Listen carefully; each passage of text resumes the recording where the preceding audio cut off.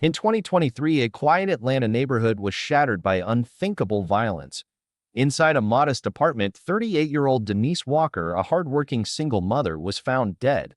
The person responsible wasn't a stranger. It was her own 18-year-old daughter, Kayla. What began as a simple argument over a party spiraled into a tragedy that stunned an entire community. This is the story of how one night of defiance destroyed a family forever. Welcome to True Crimes Altar, where every sin is punished, every betrayal has a cost, and every soul must answer to the truth. Like, comment, and subscribe, because these are the stories the guilty prayed would stay buried. In the summer of 2023, police officers in South Atlanta were dispatched to the Walker family apartment after neighbors reported screams and what sounded like gunfire. Inside, they found 38-year-old Denise Walker lying unresponsive on the floor of her living room. She had suffered multiple gunshot wounds, and the weapon was later recovered only a few feet away. The shooter wasn't an intruder or a stranger from the streets. It was her own daughter, 18-year-old Kayla Walker. The case shocked the community not only because of its brutality, but because of how quickly a mother-daughter argument escalated into an irreversible tragedy. Those who knew the Walkers were left asking how a disagreement about a party could end with a mother dead and a daughter in handcuffs. Denise Walker had spent her adult life trying to protect her children from the dangers she herself had seen growing up. At 38, she was raising 3 children alone after their father had long since left the picture. She worked long hours as a nursing assistant, often doubling up shifts to make rent and keep food on the table. To neighbors, she was quiet, consistent, and deeply private, rarely seen without a uniform on her way to or from work. But those close to her knew her as strict, sometimes harsh, and relentless in her rules, particularly when it came to her daughters.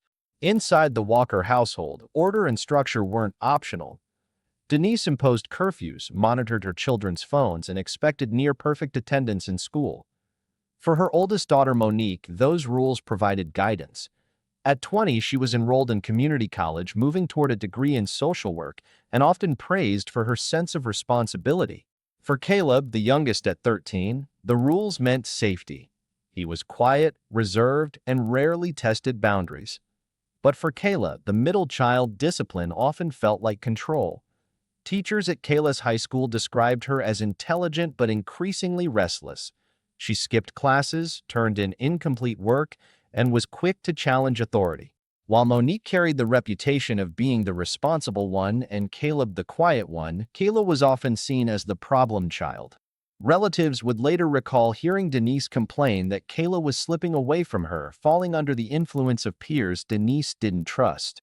Arguments between mother and daughter became a fixture in the Walker apartment. Neighbors remembered hearing shouting matches late into the night, sometimes punctuated by slamming doors.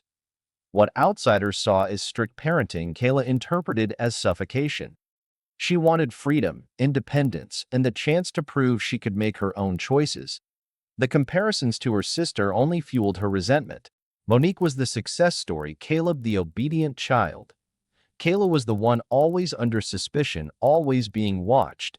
Denise's discipline came from fear. She had grown up in a neighborhood where drugs, gangs, and early pregnancies consumed young lives. She was determined that her children would not become another statistic. To her, strictness wasn't cruelty, it was protection. But that intention clashed with Kayla's desire to experience life outside her mother's control. The battle lines in their relationship deepened each year until every disagreement carried the weight of years of tension. By the spring of 2023, one flashpoint in Kayla's life was her relationship with 19-year-old Jalen Brooks. Unlike Kayla, Jalen lived in a household with more freedom. He had a car, older friends, and parents who gave him space. Their relationship quickly became the centerpiece of Kayla's world. To Denise, Jalen represented everything she feared: a distraction from school, a temptation toward parties, and an influence she couldn't control. When Jalen began planning to take Kayla to a summer party, it ignited a conflict that would spiral beyond anyone's imagination. Kayla saw the party as more than a gathering. It was a chance to step into Jalen's world, to prove to her peers she wasn't just the girl stuck under her mother's thumb. For Denise, it was a line she refused to let her daughter cross. Alcohol, older boys, late hours, all of it represented danger. In her mind, saying no was the only way to protect Kayla from choices that could derail her future. What unfolded in the weeks leading up to that night was a series of escalating arguments, slammed doors, confiscated phones, and threats of punishment. Kayla's frustration grew with each restriction, her anger fed not only by her mother's refusal, but by the whispers of classmates who mocked her as controlled, sheltered, and unable to make her own decisions. To them, it was a joke. To Kayla, it was humiliation. By August, the household was a pressure cooker. Every evening seemed to end in conflict. Monique tried to intervene, but her attempts at mediation often fell flat. Caleb kept his head down, retreating to his room to escape the shouting. Denise remained firm, holding her ground, and Kayla, trapped between her mother's restrictions and her peers' expectations, felt the walls closing in. The stage was set for a night that would turn a household argument into a tragedy no one could reverse. In the weeks before the tragedy, Kayla's frustration spilled over into nearly every part of her life. At school, she grew combative, talking back to teachers and walking out of class without permission. Friends noticed her temper flaring quicker than usual, and much of it circled back to her mother's refusal to let her live like everyone else her age. Some classmates teased her openly, calling her sheltered, a mama's girl who couldn't go anywhere without permission. For Kayla, the joke stung deeply. The one place she should have felt understood, her own home, felt like the tightest cage of all. Jalen Brooks was both her escape and her motivation. At 19, he carried himself with a confidence Kayla envied. He had older friends, freedom to drive, and a lifestyle far removed from her own. Kayla clung to that world, hoping it could validate her independence. Jalen spoke excitedly about the summer party his friends were hosting, promising music, drinks, and a chance for Kayla to finally show everyone she wasn't under her mother's thumb. She was determined to be there. Denise Walker had no such vision. When Kayla brought up the party, Denise shut it down immediately. In her mind, the thought of her daughter surrounded by alcohol and older boys was a recipe for disaster. She knew too many stories of girls whose lives changed in one reckless night, and she wasn't about to let her own daughter become one of them. To Kayla, though, it felt like yet another example of her mother's control, another reminder that she was different from everyone else her age. The arguments grew louder, sharper. Neighbors in the apartment complex recalled hearing mother and daughter shouting nearly every evening. One neighbor, Loretta James, later told investigators she had grown used to hearing the Walkers argue, but noticed the tension was worse than usual that summer.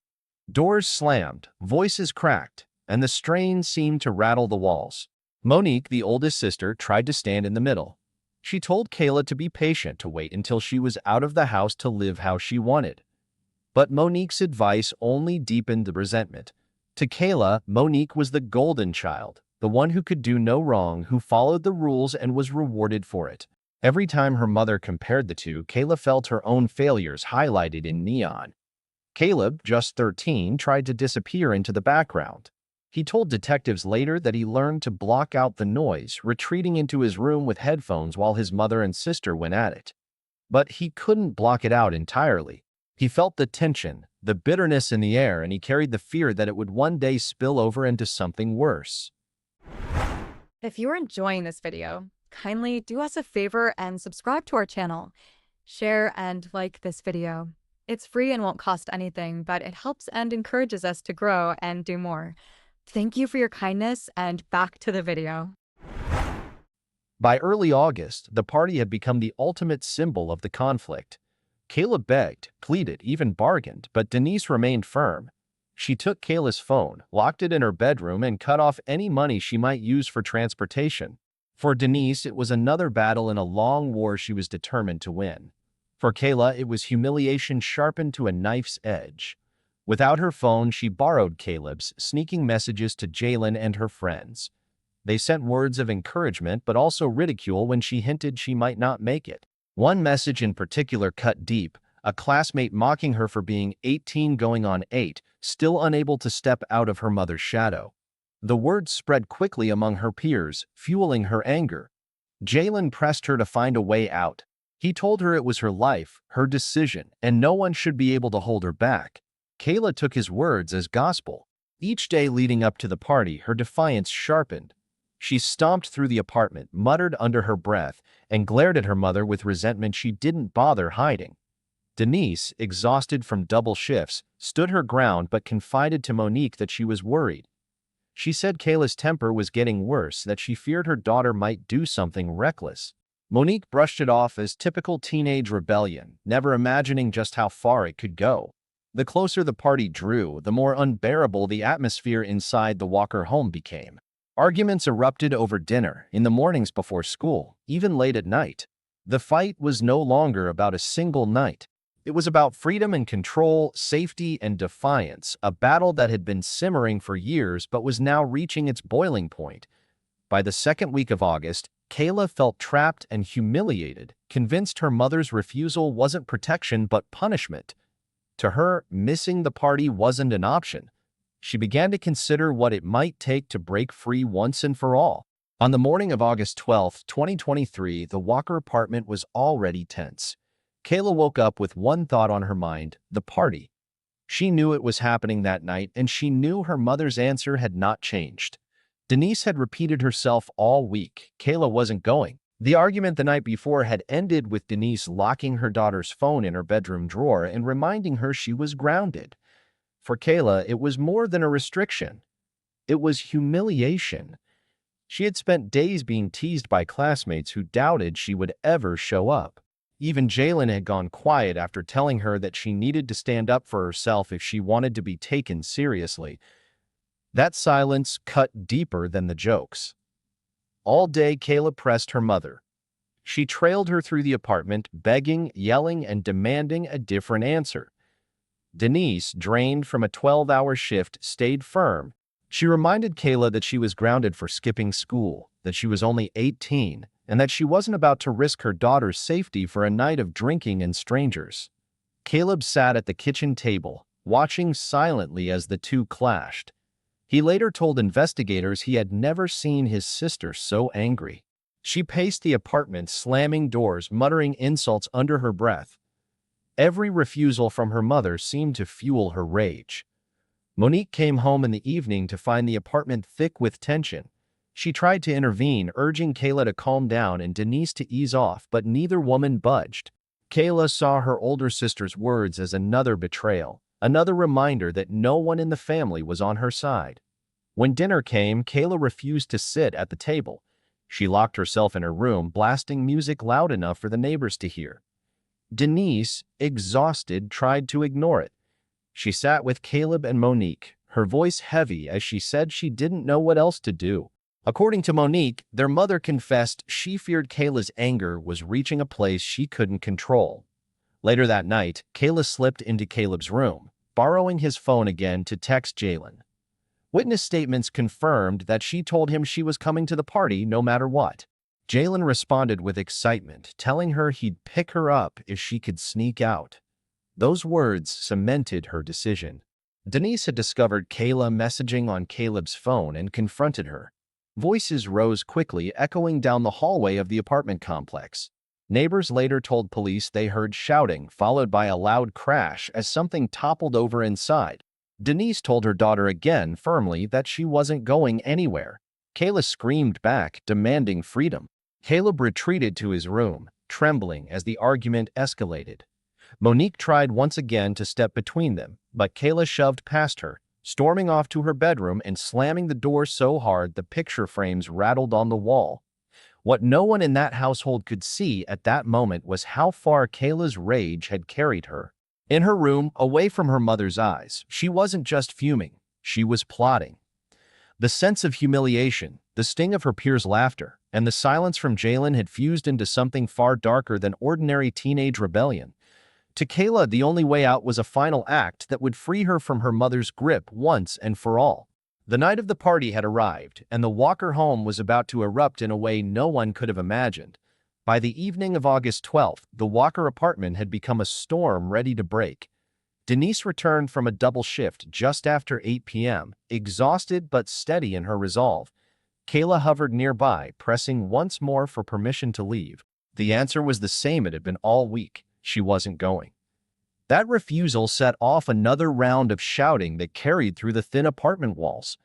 Neighbors later recalled hearing Denise's firm voice cutting through Kayla's screams, followed by the unmistakable sound of doors slamming and furniture shifting. What no one realized was that Kayla had already made up her mind.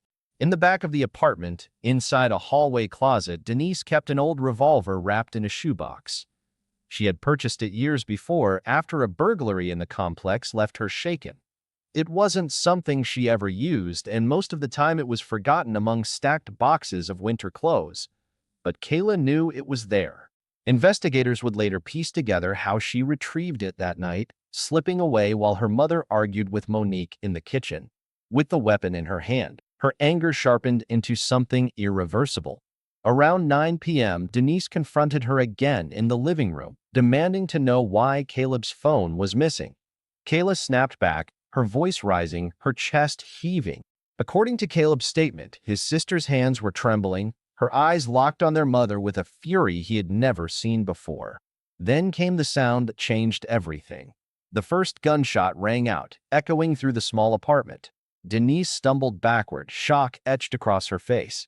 She tried to reach for her daughter, but another shot fired, and then another. Neighbors later said they thought firecrackers were going off inside until the screams followed.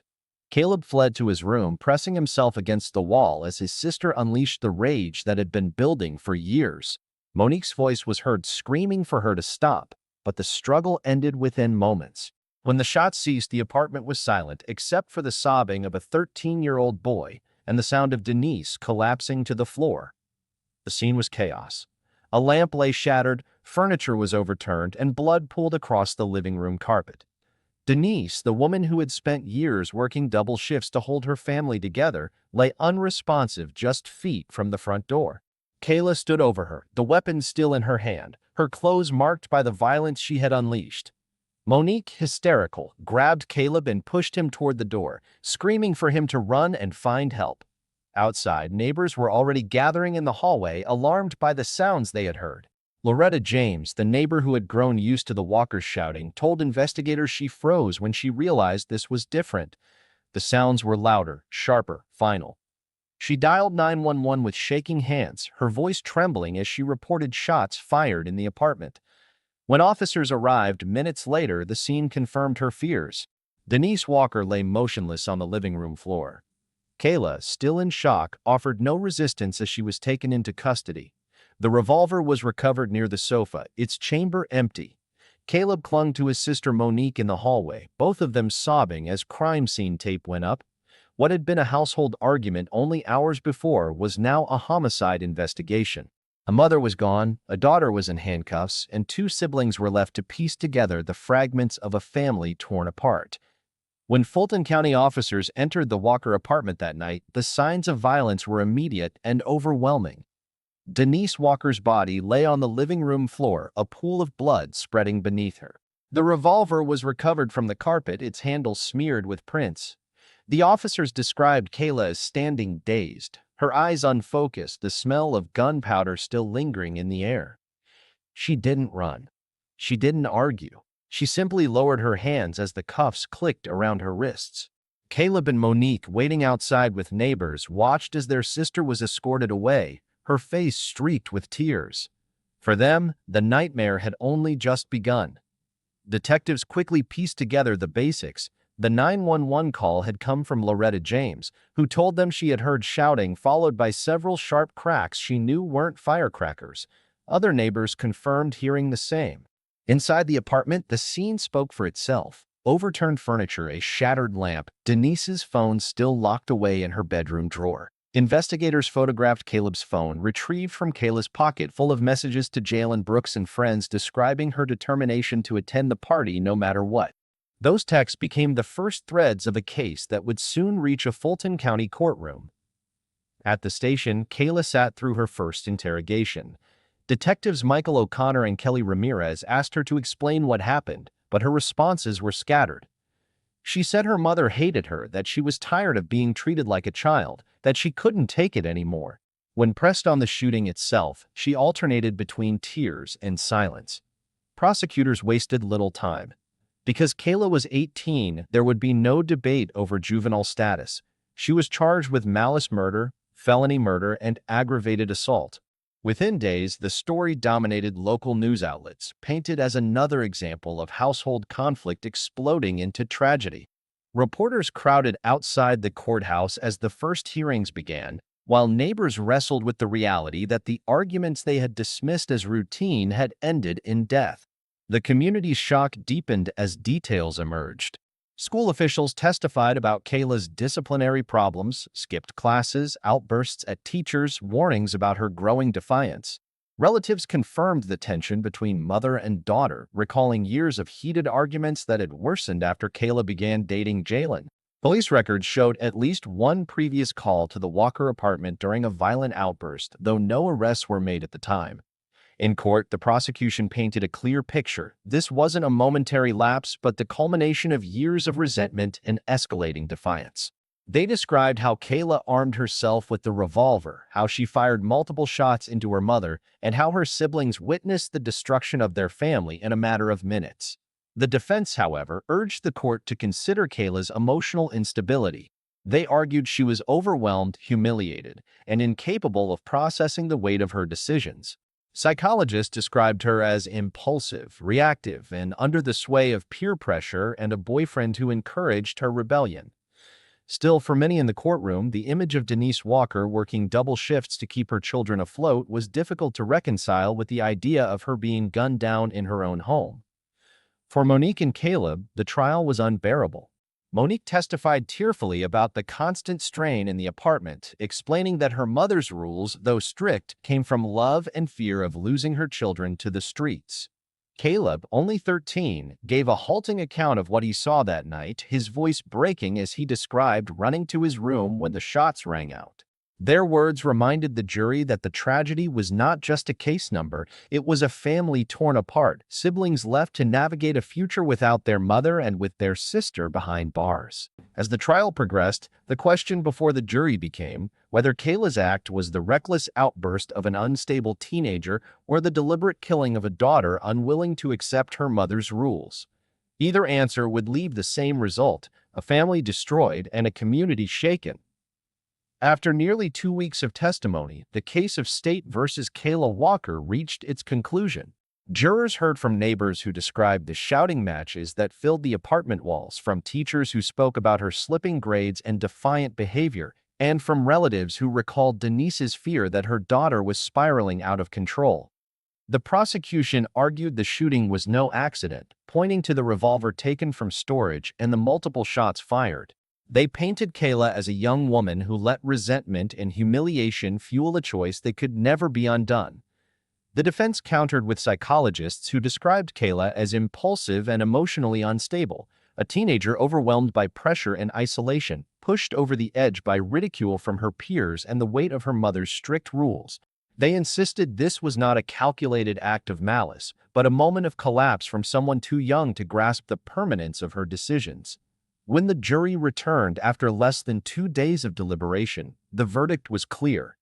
Kayla Walker was found guilty of malice murder and aggravated assault. At just 18, she was sentenced to life in prison with the possibility of parole only after decades behind bars. In the courtroom, Monique sobbed quietly, left to reconcile the unbearable truth that she had lost both her mother and her sister in a single night. Caleb sat silently beside relatives, his face pale as he stared at the floor, carrying memories no child should ever have to hold. For Jalen Brooks, the boyfriend at the center of Kayla's rebellion, the trial was a bitter reminder of how quickly things had spiraled. He testified briefly, acknowledging that Kayla had wanted to come to the party and that she had been angry about being grounded. But he walked away free, his name forever linked to a night that destroyed a family. The community of South Atlanta was left shaken. Neighbors who had long grown accustomed to hearing arguments through the walls now spoke about guilt, wondering if they should have called for help sooner, wondering if anything could have stopped the final eruption. For them, the Walkers' tragedy was not just a story on the news, but a lesson in how household tensions left unresolved can grow until they consume everything. Denise Walker, a mother who worked herself to exhaustion to keep her children safe, was gone. Kayla Walker, her daughter, would spend the best years of her life behind prison walls. And Monique and Caleb were left to rebuild, carrying the weight of both loss and survival. One argument over a party had unraveled an entire family. What began as another clash between a strict mother and a restless teenager ended in blood, handcuffs, and grief that would ripple through generations. It was a tragedy that left everyone asking how it ever reached this point and whether anything could have been done to stop it before it was too late. Thank you for watching. What do you think about this story? Could it have been prevented, or was this tragedy inevitable?